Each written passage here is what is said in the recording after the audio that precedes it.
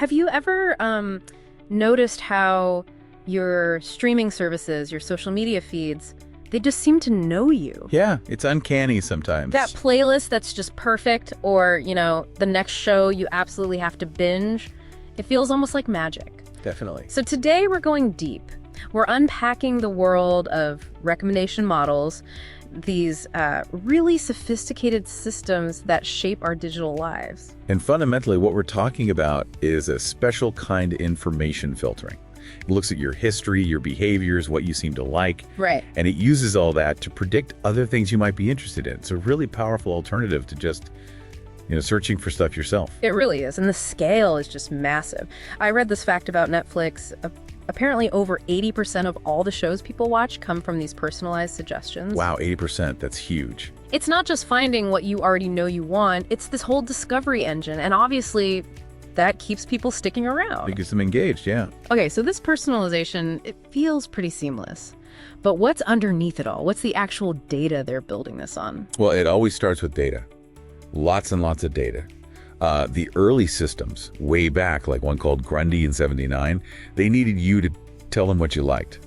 Explicit feedback. Like rating things. Exactly. But today, Spotify, YouTube, Netflix, they mostly rely on implicit signals. It's about what you do. Like what specifically? Well, your play counts, obviously. If you skip something really fast, especially like before 30 seconds, that's a signal. Huh. How long you watch or listen, what you click on, what you share. I mean, even where your mouse moves on the screen sometimes. No way, really. Mouse movements. It can be part of the mix. It makes it easier for you, the user, because you don't have to constantly rate things. But it does mean they're inferring your tastes, not asking directly. That's fascinating. Okay, so they have all this implicit data, clicks, skips, watch time. How do they turn that into, hey, you should watch this next? What's the logic? So there are sort of two main strategies, big picture-wise. The first is called content-based filtering. Okay. This one suggests things that are similar in content to what you've already liked. You listen to a lot of pop music, it gives you more pop music. Makes sense. And it's pretty good for new users, right? Yeah. Because it doesn't need info about what other people are doing, but it can create a bit of a bubble. Over-specialization, they call it. Right, like an echo chamber. You only see more of the same stuff and maybe miss out on discovering something totally different. Precisely. And that leads us to the second main approach, collaborative filtering. This one looks at other users. How so? It finds people who seem similar to you, they've liked and disliked similar things. Then, if those similar people like something that you haven't seen yet, it recommends it to you. Ah, so that's where the unexpected, maybe serendipitous recommendations come from. Exactly. That's the strength. But it has its own challenge, the cold start problem. If you're a brand new user or there's a brand new movie with no interactions yet, The system doesn't know who's similar or what to suggest. right, it needs that interaction data to work well. So this is where it gets really interesting, I think. Because most big platforms, Netflix included, they don't just choose one or the other. They use hybrid models. Yes, exactly. They combine both strategies, content-based and collaborative, to kind of get the best of both worlds and cancel out the weaknesses. Clever. They can handle that cold start issue better, and they can help avoid boxing you into just one genre. A really key technique behind this is something called embeddings. Embeddings. Yeah, think of it like create a giant map in many dimensions. Every item, every song, movie, article, and even you, the user, gets placed as a point on this map. Okay. And the key is that distance on this map represents similarity. Things that are conceptually close are placed near each other. This lets the system blend all these different signals, your tastes, other people's tastes, items characteristics really effectively. That makes sense. It's like a similarity map. Let's make this concrete. Spotify, for example. They build this really detailed taste profile for you. I do. Yeah. And they even talk about having multiple U vectors. Like maybe you have a different taste profile for your morning commute versus your evening wind down. Huh. My late night you definitely has different tastes. Probably just ambient sounds. Right. And Spotify also digs deep into the audio itself, not just genre tags, which helps with brand new music. And they use this technique, contextual bandits, to constantly test.